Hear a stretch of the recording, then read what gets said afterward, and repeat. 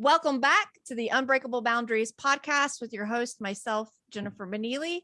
I am super excited about today's podcast for a couple of different reasons. One, this is my 50th podcast. That's exciting. Anytime there's like such a consistency where all of a sudden you've gotten to that marker of 50 of anything, it's like, wow, how did I get here? The other reason I'm excited, and we've been talking about having my guest that's on this episode today with us for a while. And I was like, I would really love you to celebrate this 50th episode because of just how much I have really learned from this guest in just the field and how aligned we are in recovery. And I'll go into that in just a second of all of her great and wonderful things. And her name, and I'll just go ahead and tell you, is Dr. Susan Bernstein. And she is a therapist, and she's so much more than that, though. She specializes in marriage and family therapy, which I love because after all, my whole thing is about supporting family, especially marriage. So one of the things that's really important when it comes to having loved ones with substance abuse, especially if you have a spouse, is that you're on the same page. It's really challenging to not be on the same page with each other because there's just so many times where it's like you really need each other through something that's really challenging. And so one of the things that I really admire is I know that Dr. Susan, I refer to her as Dr. Susan, but Dr. Susan can help get people on the same page and just the overall family dynamics.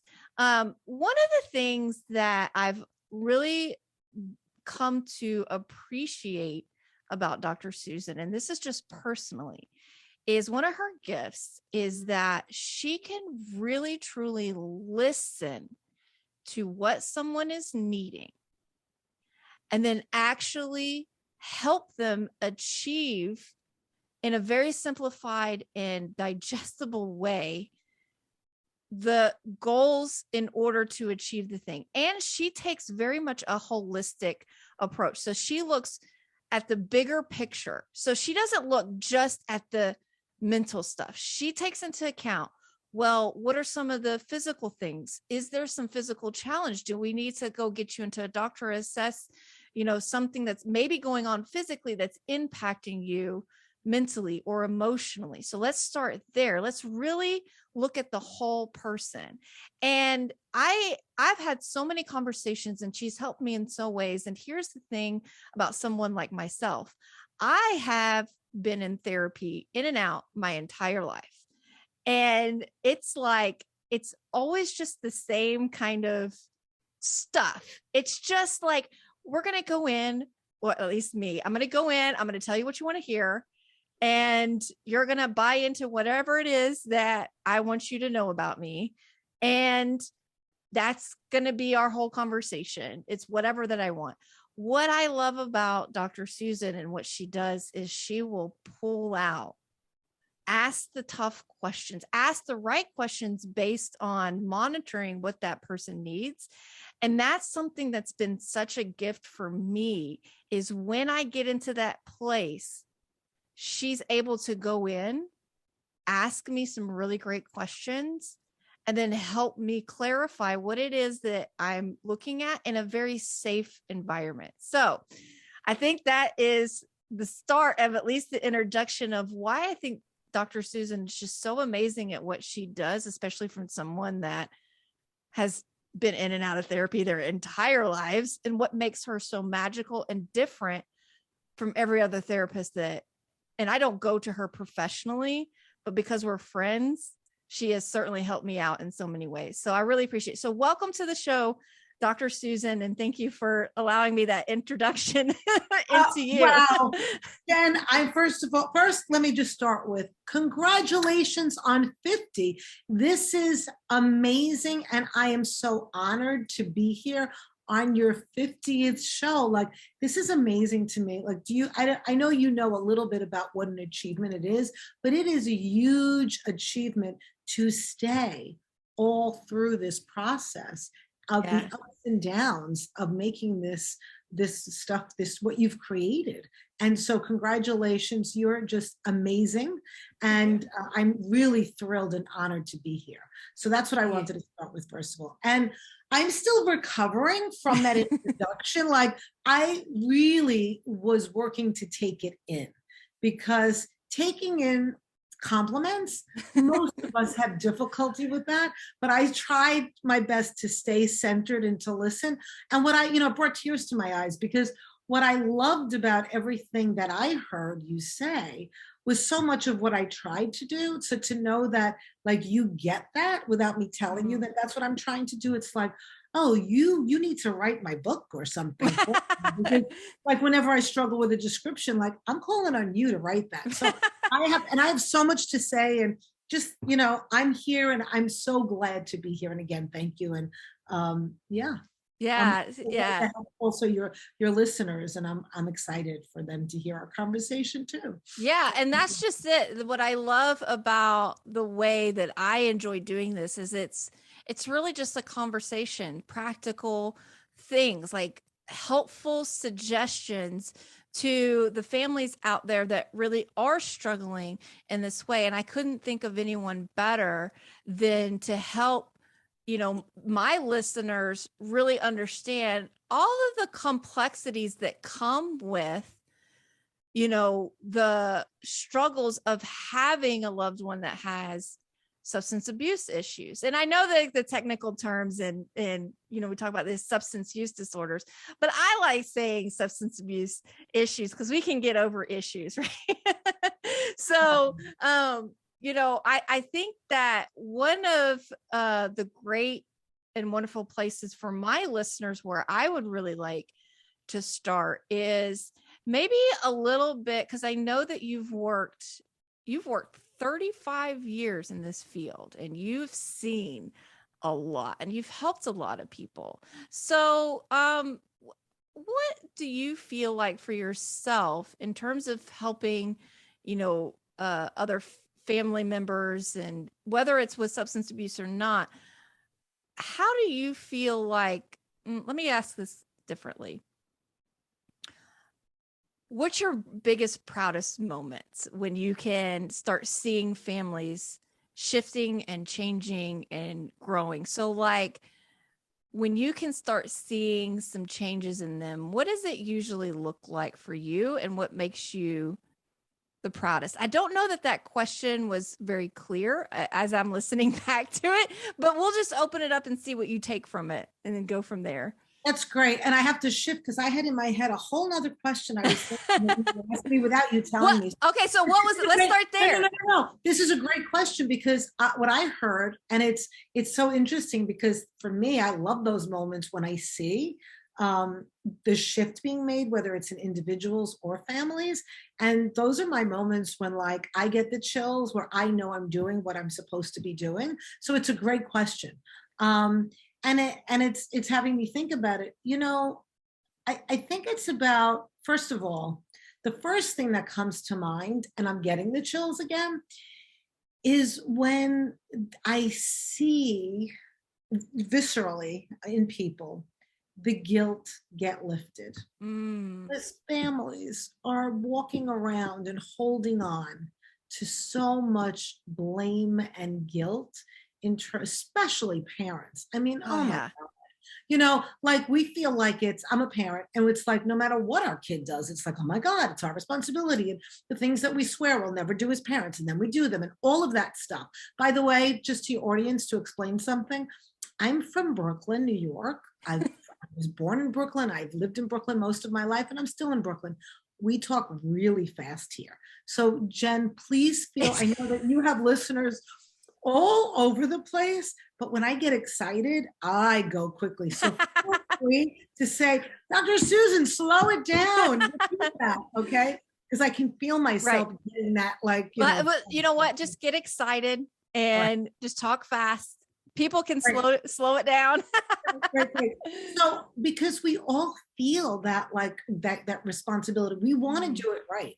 And the hardest thing for parents, whether it is a substance abuse or anything else, even if it's physical, like whatever that thing is, we feel a lot of guilt. So for me, those moments are when I see a parent or a family member really start to allow the blame and the guilt get released. And it's Yeah. like, oh, because until we do that, we can't be really helpful to anybody when we are so bogged down with that. And it's understandable, but it's not helpful. And I'm not saying Right. it's going to go away completely. It doesn't, but I can see that. So for me, that's like a huge highlight.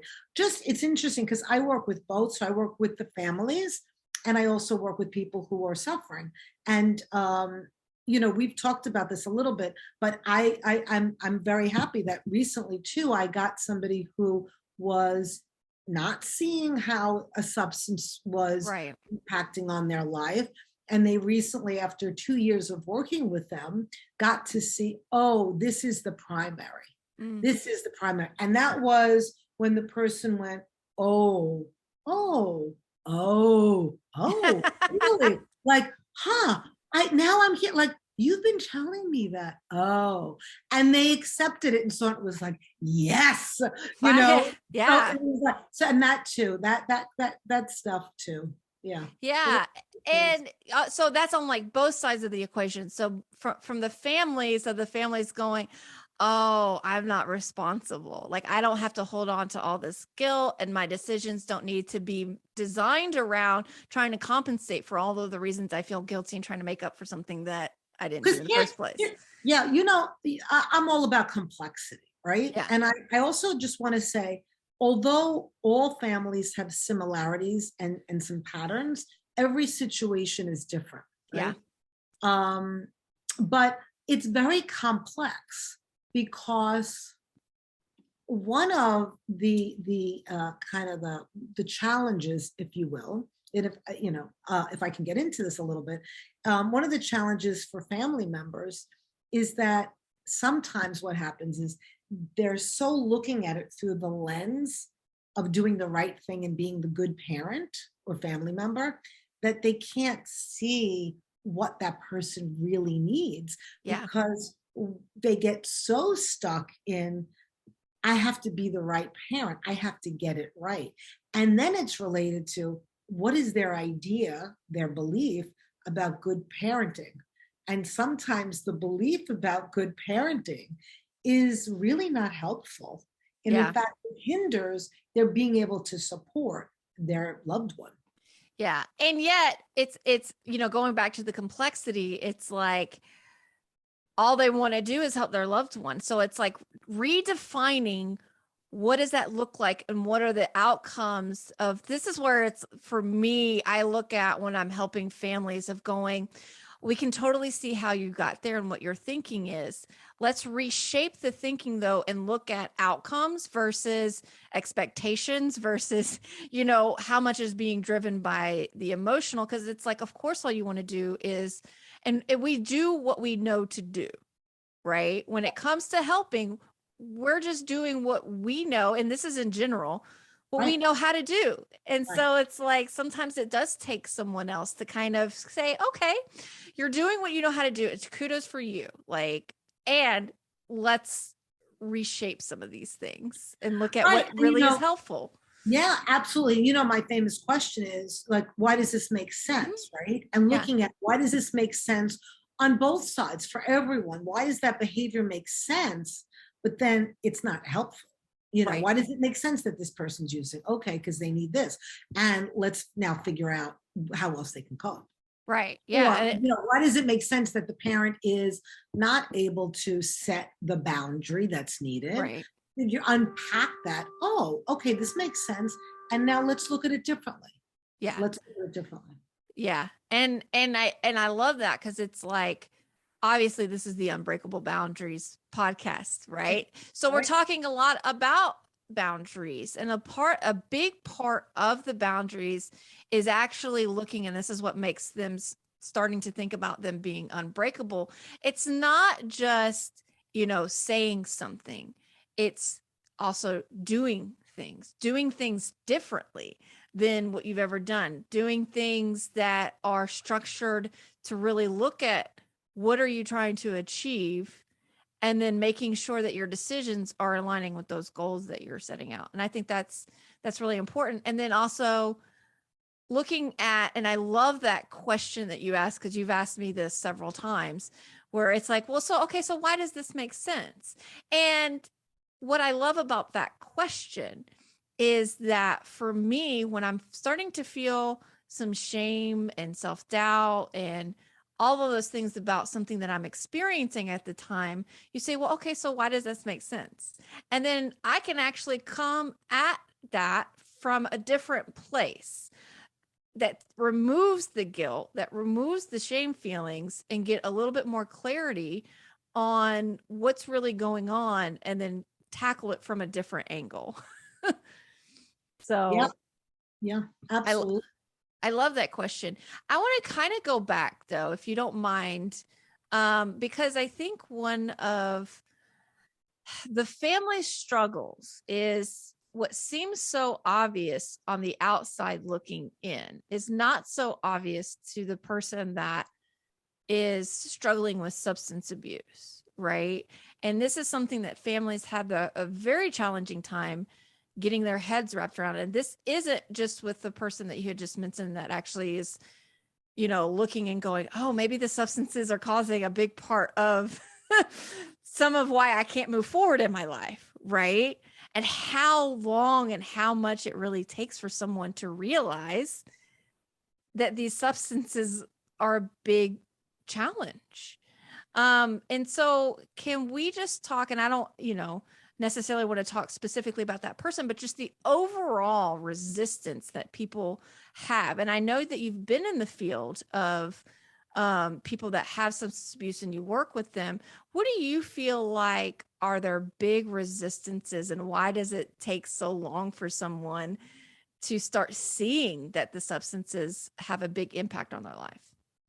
It's a great question. And I think, again, the word complexity comes to mind. And as you said earlier, I look at everything. So when I look at a situation, I'm looking at the individual and all of the different layers. I'm a systems thinker.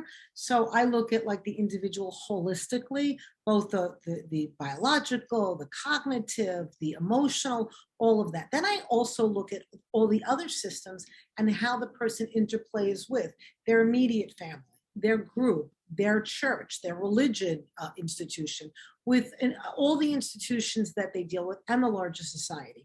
So the reason why I map that out is because I think it is complex. And I think first of all, it's how I want to talk about society, because I think that gets underplayed in sometimes when someone and a family feels like they're dealing with this alone, and it becomes self-blaming of the individual. The messaging from society is, whether it's alcohol or drugs. I mean, if you watch TV just for a little bit, how many ads will you see for pills, medications? Maybe it's not for psychological stuff, it's for physical. We are at a time when we, as a society, we fix our problems with little pills or injections or different things. It's a constant messaging. Look at now I know that there's other reasons why we did this, but look what was considered an essential business during the pandemic when things were shut down. Liquor stores were considered an essential business. What? Now, we won't get into why that was, but because there were some reasons for that, and that made sense. And there are other reasons that do not make any sense, because what are we telling people? Having alcohol is essential, right? Like, huh? Like, okay. So the messaging is like, okay, so it normalizes the behavior. Like, I'm just doing what everybody in society is doing and telling me to do. And that needs to be acknowledged. We need to acknowledge that. Like, I'm really big on it. Then, so I don't know. What are your thoughts before I continue? Right. What's your thoughts on that? Oh, I totally look at society as a whole and what our messaging is. I mean, down from, just being like growing up really young, like we're getting messages all the time. And subconsciously we also take a lot of the messaging in as is like, if we have a problem, then we have a problem, right? Like we should be able to control our alcohol drinking. It's totally a social norm. It's totally all of these things, right? And even for me, like that's what it was for a long time, where it's like I couldn't wait to be able to drink with the rest of the family. So there's also that kind of like the society connection norm of this is how you connect with other people. It's like, oh, you're going to a party. Well, oh, thank God there's going to be wine there, because that's how you really kind of start opening up and connect. And so there's complexities. It's very complex. Very complex. And, we think about, this is my pet peeve too. And, some people will be aghast at this, but I would love to get bars out of airports, because think about this, right? You have a bar right before people are getting on a plane, and then drinking on the plane, like how, what? So that's a whole nother thing, but that's the messaging. Like, it's good. You get on a plane, like, I remember being able to have like a drink on a plane. Like, how is that cool? Okay. Right. So that's the one piece. But the other piece is, and what you said, we should be able to control it. So going back to the individual and the physiological issues. So not everybody is the same. And there are real, true physiological aspects that will make one more vulnerable to become physiologically addicted than other people. The studies have proved it. If genetically you have addiction that's related to you genetically in your family, parents, grandparents, aunts and uncles, you're going to have to work harder. It's like sugar for the physiological addictions than somebody who doesn't. You can't choose that. If two people go to college and they go through, a drinking thing, the person who has drinking physiologically, genetically in their background versus the person that doesn't, they both come out and go, okay, we're quitting. It's physiological. They have more challenges against them. Mm-hmm. And the other thing that's really important about this and the connection to mental illness, there was studies that are being done that have shown that if adolescents who have schizophrenia has a very high genetic predisposition. So there's all these studies where if you have, let's say, a parent who has schizophrenia or a sibling, an identical twin that has schizophrenia, you have in life more of a chance of getting schizophrenia than somebody else. Doesn't mean you are, but you have more of a chance, okay? What they have found that children, adolescents who have a parent or have that, right, predetermined possibility to have schizophrenia, if they smoke marijuana at a younger age, later on, their chances of getting schizophrenia, coming down with it, is higher than not. There's that connection. Right. So taking in a substance is not just about control, it's about what it can do to one's body. Yeah. And we don't realize that's so, this society that we also, as you said before, it's like the individual should be able to do it. We have to look at the complexities, no, there's physiological addictions here that make it hard. Look what the industry did with opioids. Like we know this wasn't an individual's decision. Oh, I'm going to just get over this and stop it. There's a real strong physiological determinant here. Right. So that's one of the complexities too.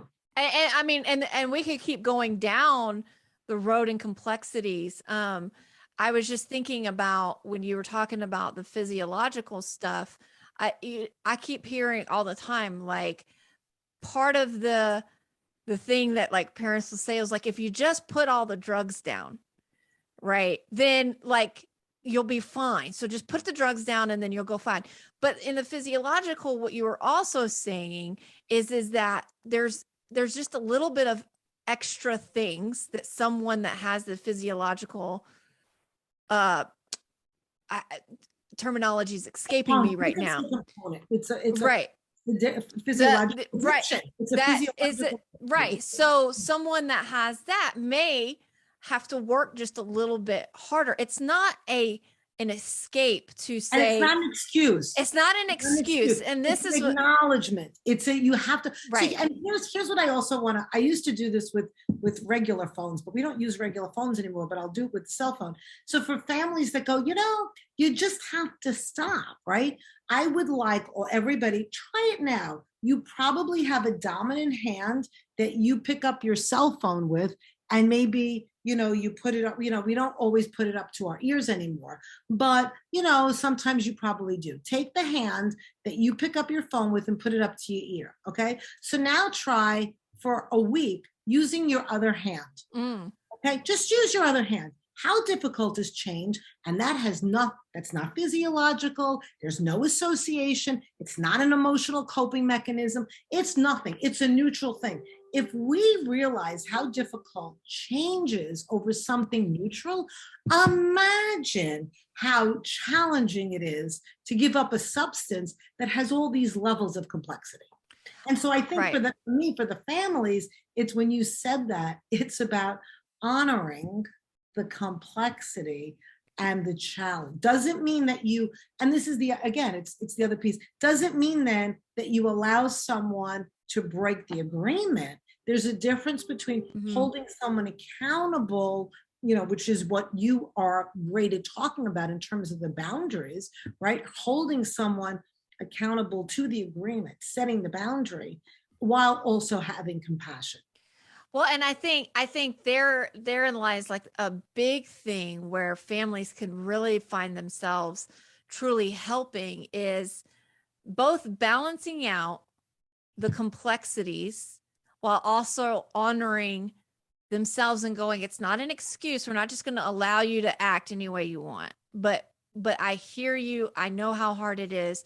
And I want to support you in understanding and being mindful that this is a challenge. And yet I believe in you. And I know that you are strong enough to be able to work through this while honoring them. So I think that's a really important piece of all of this for the families and for the loved ones. Right. And the other thing too, especially for parents of children of all ages, it doesn't matter how old your child is, right? Is that, and this is oftentimes something that I see, I work on this with all families, regardless whether it's substance abuse or other issues, is that we talk a good game. And we also know that children learn by what they see, not by what they hear. And the most important thing is the way that you yourself are living. So what is when in terms of substances, what are you trying to get your child to do? To set boundaries, right, around the substances. Right. And if you're not modeling setting boundaries in other ways, but you want your child to set boundaries, you're giving them a mixed message, even unconsciously. And so that's when it comes about where your work is so vital. It's so great, Jen, what you talk about, and why it's so important to set those boundaries for family members and for your kids or whoever is challenged, because you're also modeling that behavior. If you want your child, an adult child, to take good care of themselves, my thing is, are you taking good care of yourself? Because they're going to do what you do. And that's the biggest challenge, I think, for parents. It really is. What they preach, right? I live it and breathe it myself. It's hard work. It's a journey. It is a journey. Well, and it is. But that was a really pivotal moment for my mom and I.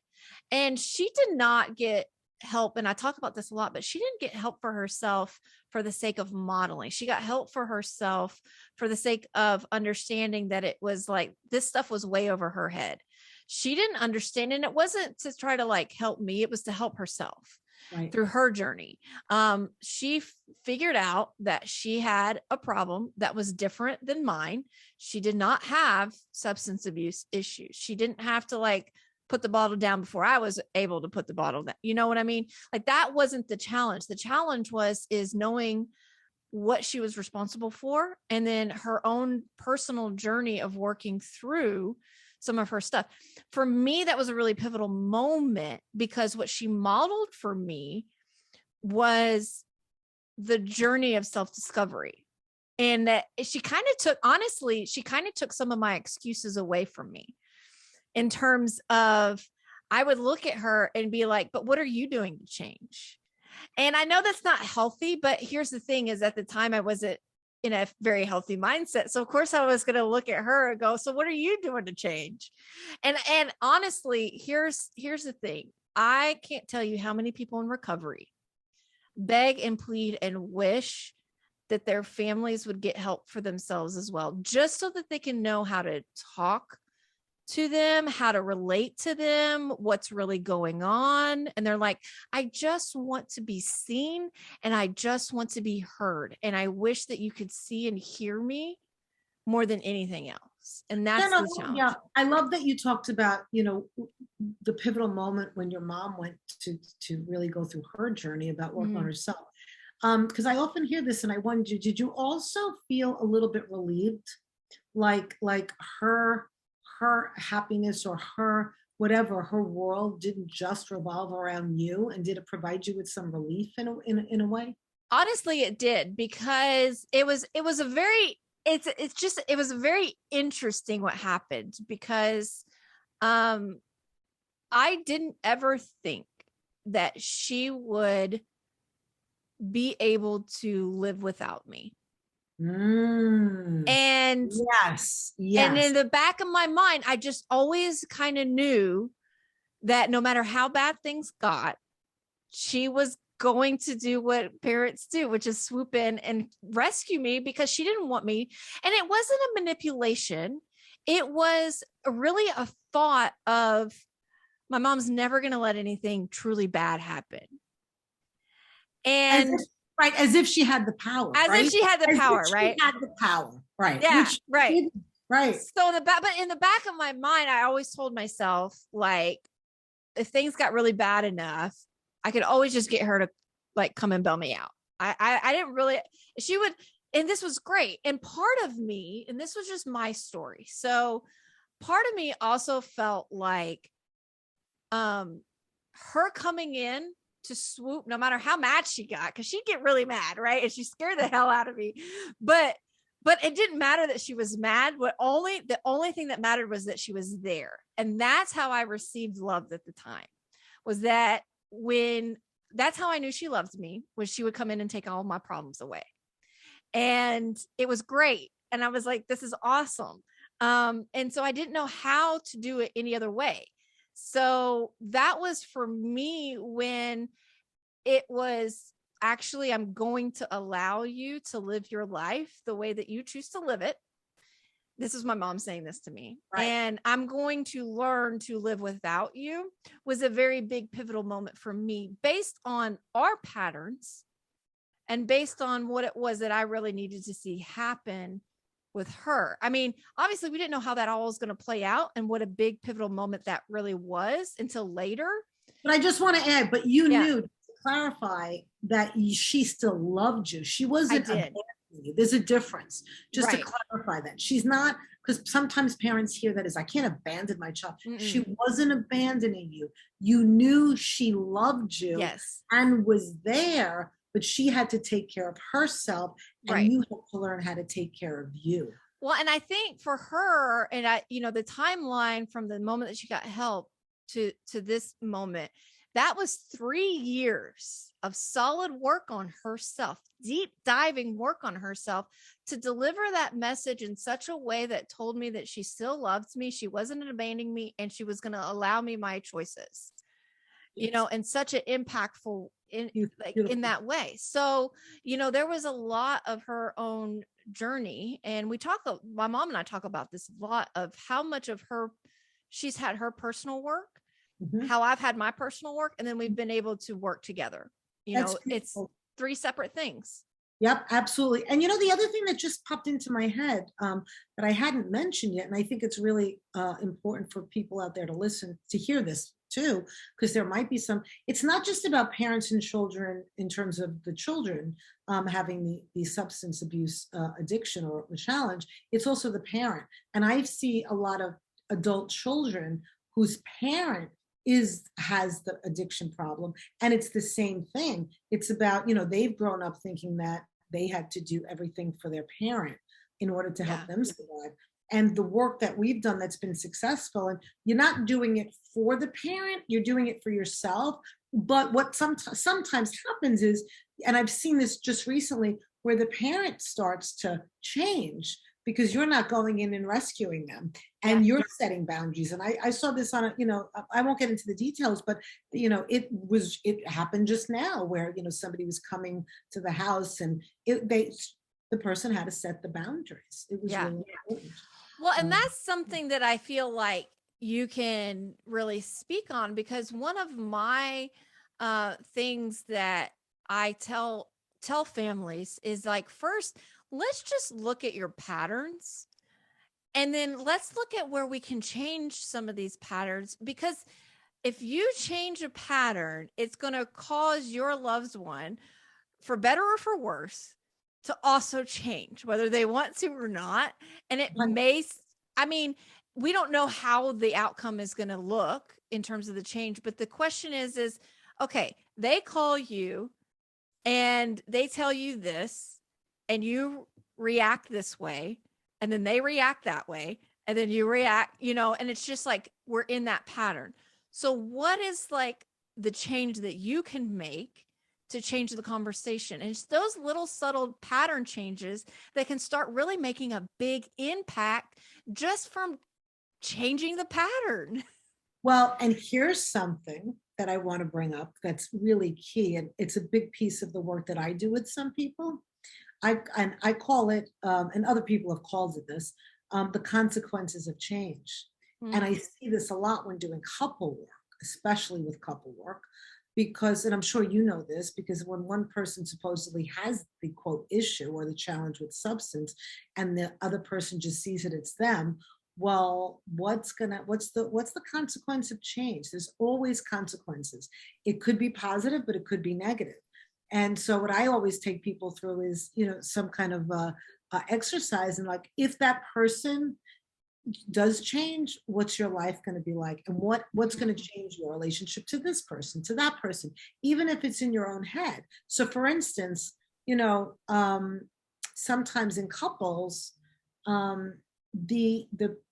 if you no longer are focused on the person with the substance abuse problem, suddenly the focus is on you, and your stuff comes out. And it's like, oh, ouch. What have you been covering up all this time? Yeah. Not on purpose. No one's doing it on purpose. It's an unconscious kind of thing. You get so in the habit of making the person's problem the problem. Well, you take that problem away. Now suddenly, oh, you're breathing, right? But are you? And then suddenly there's all these other dynamics that are underneath it. So I like to do that sometimes. I mean, it's very complex. I also something else came to mind before when we were talking about this, and I think this is a good boundary. It popped into my head, and it's like, it's with something that's less challenging than substance abuse, just to show how parents rescue. About, this was years ago, this was an extreme case I think it must have been 20 years ago now. I used to work with children, and a lot more than I do now.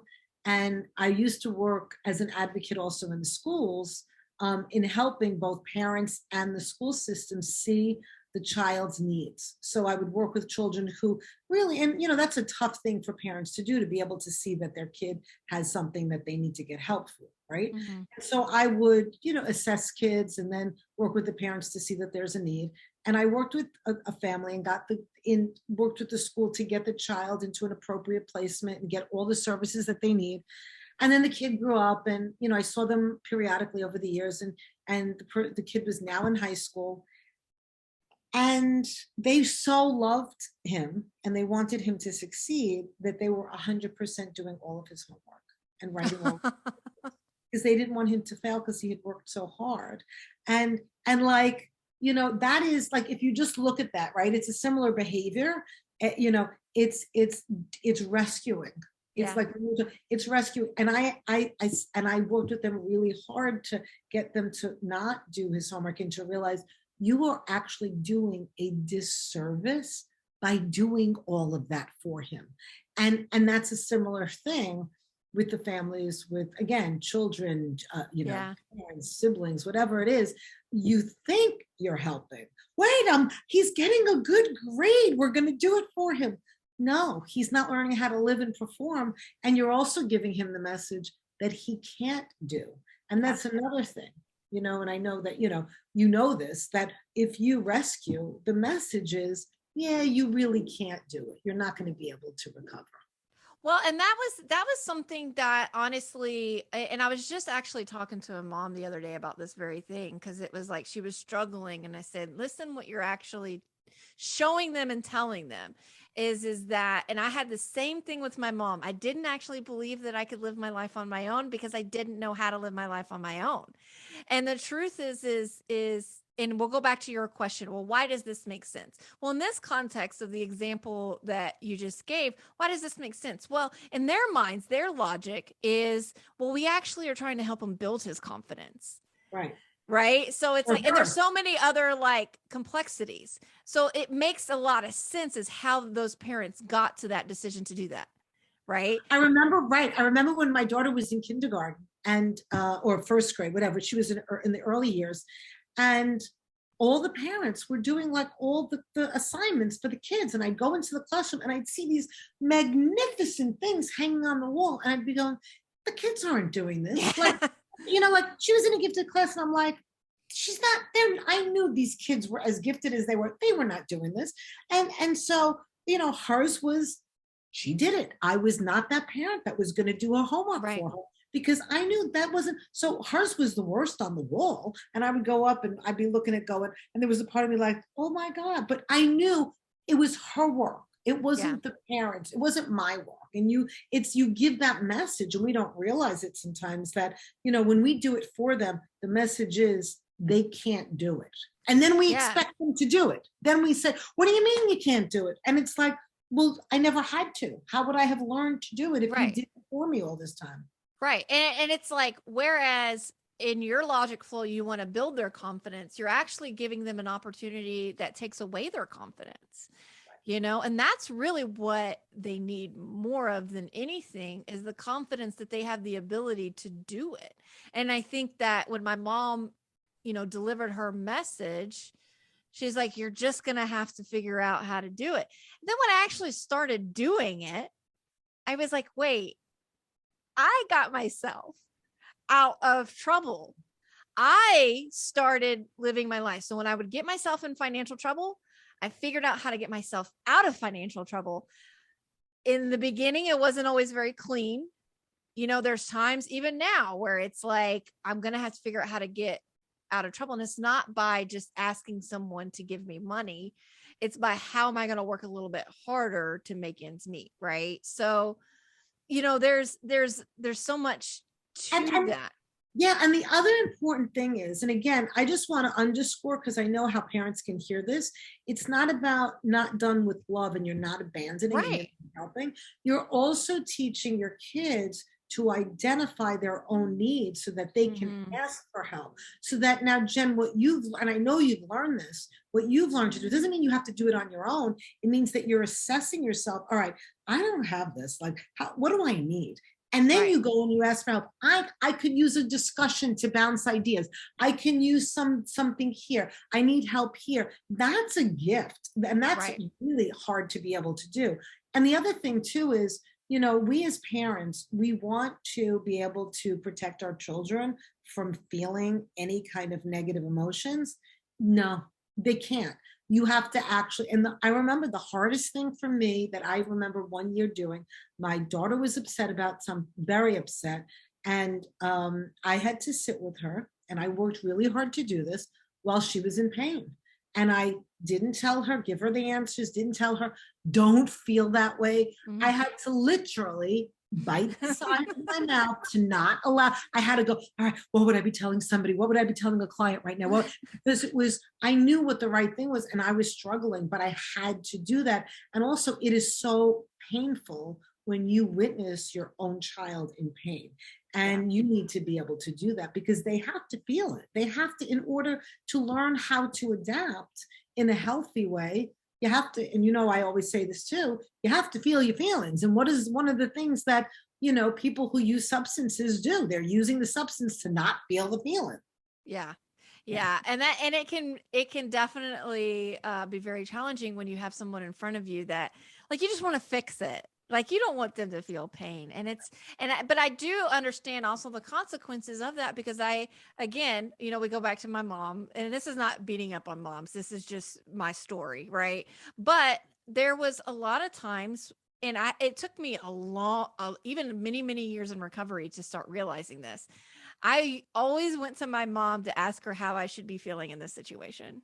Oh, interesting. Yeah. So it was like As if there's growing a up. right way, right? As if there's a right way. way. Yeah. There's So, a right way. like, for many, many years, even in my adult world, I'm like, well, how should I be feeling this? Should I be feeling this? I don't know. Let me call my mom, and she would tell me how I should be feeling in that situation. Well, should I be feeling? Am I crazy? Whatever. And she would either choose, like, she would validate, or she go, no, this is how you should feel, or whatever.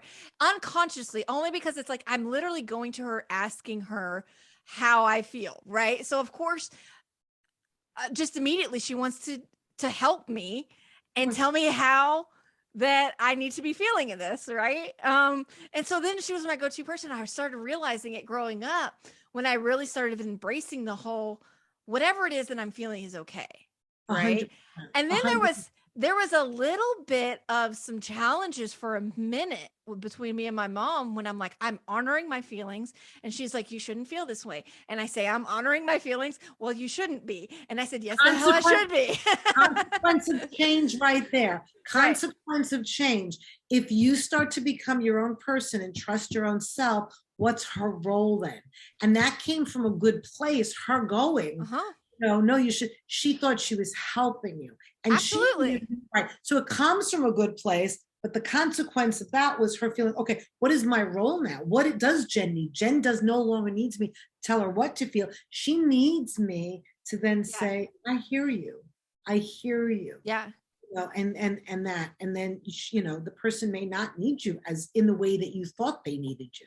Right. And that's a consequence of change. Doesn't have to be a bad one. Could be, it's acknowledging that when the person changes, other things change too. Well, and what was really interesting in those moments where we had some challenges, there was her stuff coming up. Absolutely. And that's where, like, part of the work is, where it's like, okay, wait, this is not about actually you telling me how and what I should be feeling. You have some fear going on with yourself for other things that have nothing to do with me.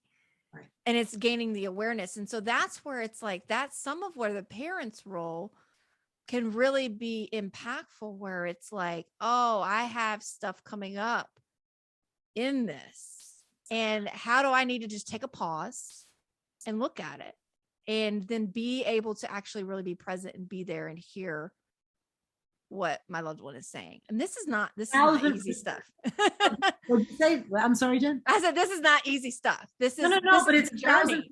This is, the parent has to look at themselves, because their reaction is actually, and this is hard for people to get, oh, it's because they did this. No, it's not. It's because of what's happening within you. Mm-hmm. When we react to anything, whether it's a parent, a child, is something in society, we are reacting because of through our lens and our stuff. So we got to look at our stuff in order to change our reaction. We can't change anybody. We know this, but you really got to know it. You really can't change anybody else. The only person that you can change and look at is yourself. And, you can just start with, for the parents out there, a simple thing to look at. And if you look at it this way, and I use this for myself sometimes with my own daughter, is, okay, what were you doing at the age that your child is right now? What was life like for you at that age? Suddenly, when you start to think about what life was like for you at that age, it gives you a completely different perspective on your own reaction, as well as what they may be going through. Even if it was completely different, it puts a different perspective on it. Right. Well, and some of the work is, because some of this stuff is like, it really is like a reactive. We're being sent off into our survival modes. We're being sent off into our patterns, and we don't actually have, and I say we, because it's like, I think the human condition sometimes is like, we just react, and we don't give a whole lot of time in certain situations to really take a pause and think about, what do we want to accomplish here? So we only have like milliseconds to give ourselves that pause. So well, that's where my snap comes in. This is exactly where I wanted to go next. Is I want you to tell people, because you've mentioned your SNAP method before, and I think it's such a powerful method in those moments where you only have like milliseconds between the time something happens and then the response, and I'll say the response to it. There's milliseconds to really process of what do we want here. So tell me a little bit, well, tell my audience a little bit about your SNAP method, because I think it's a great approach. Yeah, so I created this for lots of different reasons in lots of different contexts. I'm going to give you the very short overview. It can be used by yourself. It can be used in relationship to other people. It's called SNAP, SNAP, and it stands for Stop, Name, Accept, and Plan. And if you think about it, it's like, because we do SNAP, and it's a way to not snap, or to snap out of it, snap into it. It's like you can snap your fingers in a second. So the thing is, when we feel ourselves like reacting, right? Everybody feels it differently. You might feel it in your breath. You might feel it in your head. You might feel it in like your cheeks getting red. You might feel the tension in your shoulders, wherever you feel that, when you are about to react instead of respond, you just stop for a moment. And then you name it in your head. What is it that I am experiencing? What is it that I am feeling? Now, kids are really good at naming their feelings. Adults, we've had years and years and years of layering on the denial. So it might take you a few different names. So for instance, you might be angry. So anger might come, but really underneath that is hurt. So, the anger is covering up the hurt. So you want to name the experience or the feeling, and do this, a couple of times. Then what happens, and it was great because you just talked about this, Jen, about how like that little voice that pops up and you go, what? I'm feeling that. Are you kidding me? You're still going through that? Or you got to be kidding. You, what do you mean you're feeling that? You can't be feeling that. And it's like, no, quiet that voice. You can hear it, let it go, and just accept how you feel. Just accept it. And then you can make a plan. All right, what do I need to do? Now, when you just said it's so quick, well, maybe the plan is to say to the other person, I can't answer that right now. I need to take some time to be able to process that, because I'm not in a position right now. I need to take a break. I love you. I want to answer it. Give me an hour and I will get back to you on that. Yeah, absolutely. And I think that's important. So like, that's one of the first things that you do in your SNAP says, stop. Just stop. Just stop right there. And depending on how much time you have, maybe you go to you say, oh, excuse me, I have to go to the bathroom. And you buy yourself some time so that you can do the rest of it, so that you can name what you're feeling. Maybe you can take out I love writing, and I think writing does something when you get it out with a pen and paper. And so if you have the time, either then or later, you process it and name it and keep writing it until you get the bottom of it, so that you can accept it, make a plan. And I think this is a great method, especially in those moments, because I know what happens a lot to parents that have this is a lot of times their loved ones will call them in crisis mode. Maybe they just got, maybe they're in jail and they're calling you from jail going, Mommy, Daddy, bail me out. I'm going to die in here. Right. So we automatically go into reactive mode from that. There's so many other things that happen out there where they're in crisis mode. They need something and all that stuff. And it's like, look, stop. Let's not communicate anymore. Just say, hey, I've heard what you were saying. I need to gather some of my thoughts. Let me take a plan of action. Let me think through some things and I'll call you back. If they're in jail, you don't have a call back. Call me back tomorrow, because you're going to spend the night in jail. We think about our worst decisions, all of us, right? About anything. It's when we were reacting instead of responding, because we were getting triggered and we weren't able to think about the best solution. We were just reacting on our emotions coming from a different place. You need to be able to think about, and I get it. The call, that's happened so many times with families where they're just bailing people out because they go into survival mode. They go into survival mode. And it's no good decisions. No good decisions happen because we're not in a place where we're getting chased by a predator that's going to kill us. That is just not our world anymore. It's not happening. We're not in survival mode. We can take a pause. Although I just want to do but there are times when we are. and that's appropriate. We know that there are certain groups of people that are in that mode because there are those creatures that are coming out to get them. So I just want to also acknowledge that for some communities, for some people, that when they call and they're in a situation, that we do need to protect them from other people. Yes. From other people. And I just want to acknowledge that sometimes that, there are those circumstances where we do want to react if you truly hear that it's life threatening. And there are occasions when that does happen. So for instance, if you see a 2-year-old running out into traffic, you have to run after them, pull them back, get them back to safety, and then deal with it. Right. If there is somebody that's threatening another human, you want to go and get your kid out of that bullying or situation to get them safe.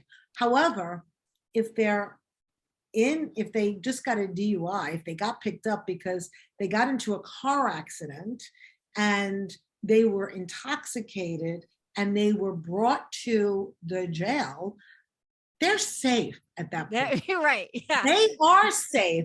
That's not someone, where they're picked up by a terrorist for being politically incorrect. That's a different, they're being held responsible, and also they're being protected. Other people, society is being protected from them because they're being destructive. Right. So there's a difference. And and the truth is in those types of situations, one, you're absolutely right. We need to assess, what is their safety level? Like, are they actually safe? Do I have 5-10 minutes to go think about what is my plan of action? If they are not, if you really feel like their life is in danger, that's different. That's different. And it's also time to hang up and call 911. Exactly. Like that is something that is, let the other people that can actually handle the physical danger and all those things. And it's like, you tell your loved one, it's like, if your life is really threatened, what I'm going to do is I'm going to get off the phone, tell me where you are, and I'm going to call 911, because otherwise you put yourself in danger. And that's another thing that we don't want to do. Two, you also get to find out exactly how dangerous are they really. Because if you say 911, they're either going to say, please don't call 911, in which case you know that they're safe. If they say yes, call 911, you hang up that phone and you call 911 and you let them handle it. I love that you're bringing that up. And I want to even go further with that, is that if a person is in creating dangerous situation for you, to give you permission to call 911 on them. So 100% comes to your home, whether it is your child, your parent, and they are going to be violent, don't take it upon yourself. Call 911, because they're out of control. And see, here's another thing. They do not want to hurt you. And by not calling 911 and letting them hurt you, you're not helping them either. They want to be controlled. They want to be stopped from doing something where they're going to harm you. Yeah, they absolutely do. And I think it's really important, because I can't tell you how many times like parents will tell me all the nefarious characters that are like around their house. And they're like, I'm afraid like people will show up. Well, here's the thing is, whoever's dealing with substance abuse, the last thing they want is to deal with the cops. So if they know that you are someone that is going to be quick to call 911 when there is illegal things happening, when there are nefarious characters running around trespassing on your property, that's not going to be a place where your loved one is going to want to bring people that you don't want around you, or dangerous people. Like, people will know what they can, because there's no criminal out there that wants to like have the cops called on them. Like, that's the one thing they want to avoid. So be quick to show up as someone that is totally okay calling 911 for your safety, for their safety, for everyone's safety, right? Like, right. And also, because if your child ends up hurting you, the guilt that they're going to have to live with is actually worse than spending the night in a hospital overnight or in a jail cell.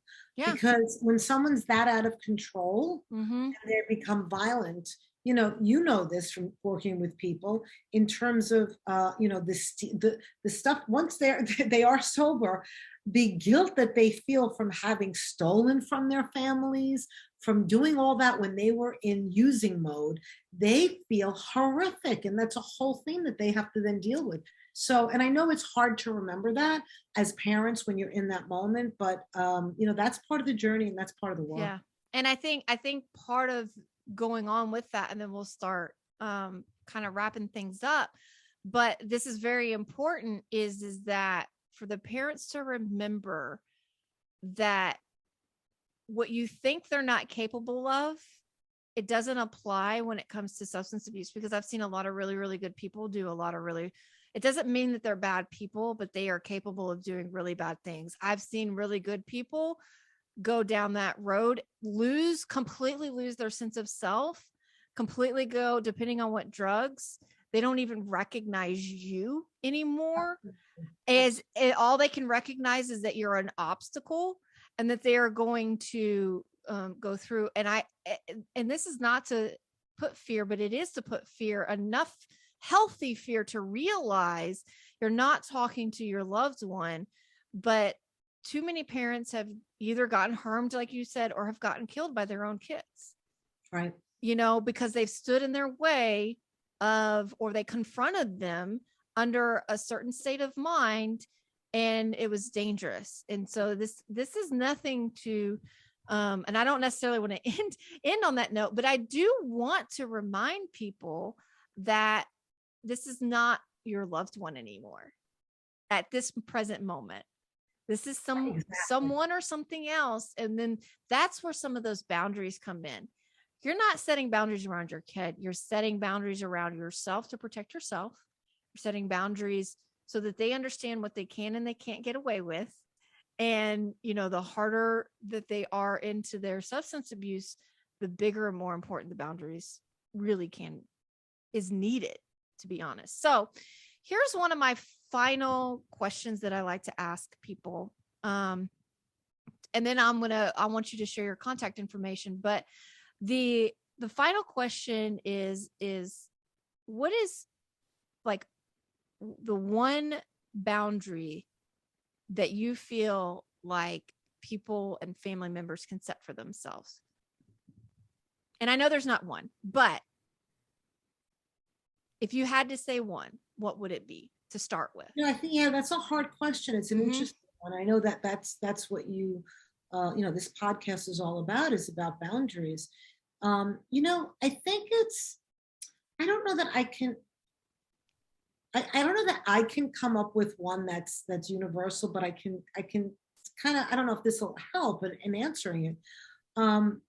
I would, because every situation is different, but here's how I would suggest, or I would invite people to think about it this way.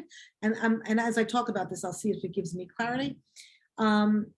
Is to, in the situation that you're at, when you're about to set a boundary, think about your child. If they were in your situation, what would you want them to do? If they were a parent and it was their child in that, if this was your best friend calling you, if this was your child going through it, what boundary would you tell them to put? And because I think then that's the answer. That's because I believe that, it's inside you. Like, everybody has that wisdom. Doesn't mean that you should do it alone. So I want to clarify something. You have the wisdom within you, and you sometimes need help, and you need example and support. Do not do any of this alone. Do it with other families that have gone through it. Do it with supportive people. Do it with professionals. Just find people to help you. Do not do this alone. But when you're thinking about setting, either setting that boundary, or the boundary and you're about to break the boundary, just say, wait, what would I be telling my child to do if this was them? Because then that truly clarifies for you what your own value is. It's not caught up in your own junk, but it's really kind of, you're objectifying what advice you would give somebody. So although it's not the boundary, that's what I can say to help.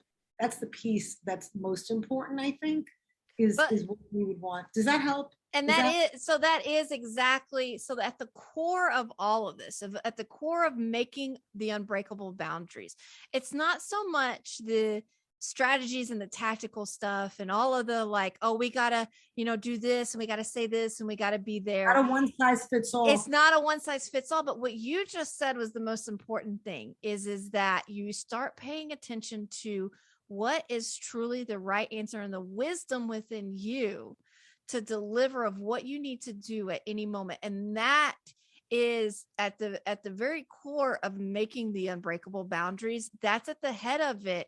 And that's what we really work through in all of this, is getting you to pay attention that you already have the answers and how to listen to yourself when things are come up, and how to really go, okay, this is the right answer for this situation at the right time. I can feel it in my body that this is it. And it may be not always the same in every situation like this, but in this one, or it may be going against what someone else is telling you that you need to be doing, but that's their own stuff, right? It's really paying attention to what you are. And sometimes we need help clarifying the wisdom that's inside of us.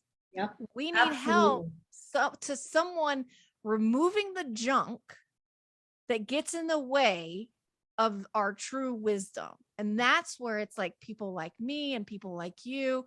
It's like, that's really what we're trying. Like, our goal is to help remove all of that stuff so that you can be listening to yourself.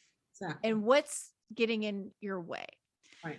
Well, Dr. Susan, I just want to thank you so much. This was such a great conversation. We could totally have continued to go on for so much longer, but this has been a great conversation. There is going to be a part 2.